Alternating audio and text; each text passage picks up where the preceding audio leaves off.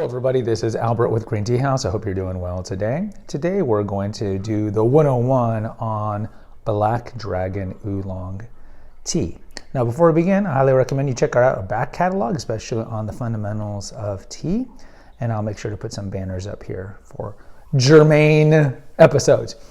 All right, so Black Dragon tea. Now this is not a creative name that Casey and I came up with because Oolong in Chinese means dark dragon or black dragon. Okay, so Black Dragon Oolong.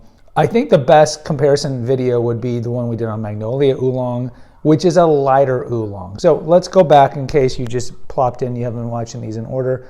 Oolong, of course, is one of the 6 types of teas that we get from the Camellia sinensis leaf from the plant.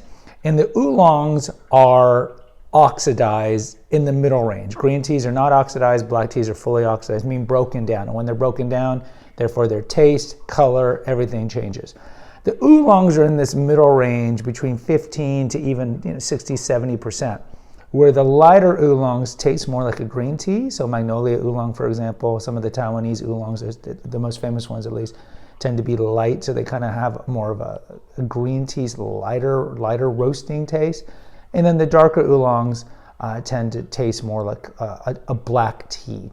And the way they do this today is they get the leaves, they're going to wither them a little so they can get some of the moisture out, and then they're going to put them in these tumble machines to kind of bruise the leaves. They're not going to rip them up. It's not black tea where they're just going to rip it up and completely rip it up, because they want to keep it somewhat oxidized but not too oxidized. And I mentioned in the Magnolia Oolong episode, Oolong is probably the hardest for tea masters to create, because the particular tea master needs to bruise the leaf enough but not too much to whatever type of oolong they're making. It's not like most tea masters are making a wide variety of tea. There might be a tea master from Anxi, like the county that Black Dragon's famous from.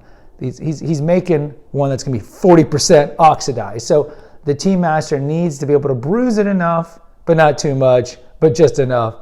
And then after it's bruised, then they're going to put them in traditionally in these cotton bags, as I mentioned, the Magnolia one, and wrap it up. And when they wrap it up, this is how you get the leaves into those little balls. Now, Black Dragon Oolong, its little ball is even tinier than some of the other more famous oolongs, like Alishan, for example. Some of the ones that are bigger, where they're wrapped into balls with the little tail sticking out.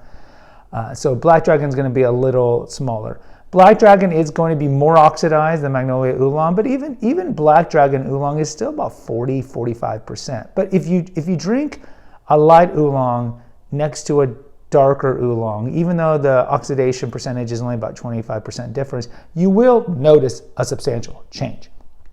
Now, Black Dragon Oolong, the liqueur or the color of it is still going to be kind of Oolong-esque. It's going to be kind of in the ruby color. It's not going to be nearly as dark as a black tea, which the Chinese call red teas, even though I know the nomenclature can be difficult to understand. But the color is still going to be light red. In terms of caffeine, it's moderate. It's not really a lot of caffeine in Oolong. And the temperature should be around 185. And then one session, meaning steep it for 3 minutes, then pour in more hot water, steep it for 3 minutes, pour in more hot water, steep it for 3 minutes. And that's how you get one session. Use your tea leaves often. Use them. You don't have to throw them away. This is something that has kind of been inculcated into people's heads because of tea bags. But no, you keep reusing your tea leaves. Now, don't use them over a 24-hour period, because wet tea leaves can lead to mold. So you have to kind of use them within a few hours, but definitely re-steep.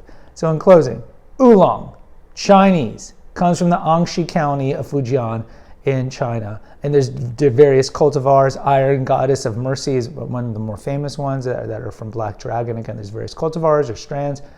And it's moderate in caffeine, and it's going to be a stronger, roastier taste than the Magnolia Oolong that we sell. So what I would recommend is buy a small 1-ounce serving of each and see which one of these oolongs that you like more. Guys, post in the comments. Let me know your take on Oolong. Until next time, take care. God bless and pray.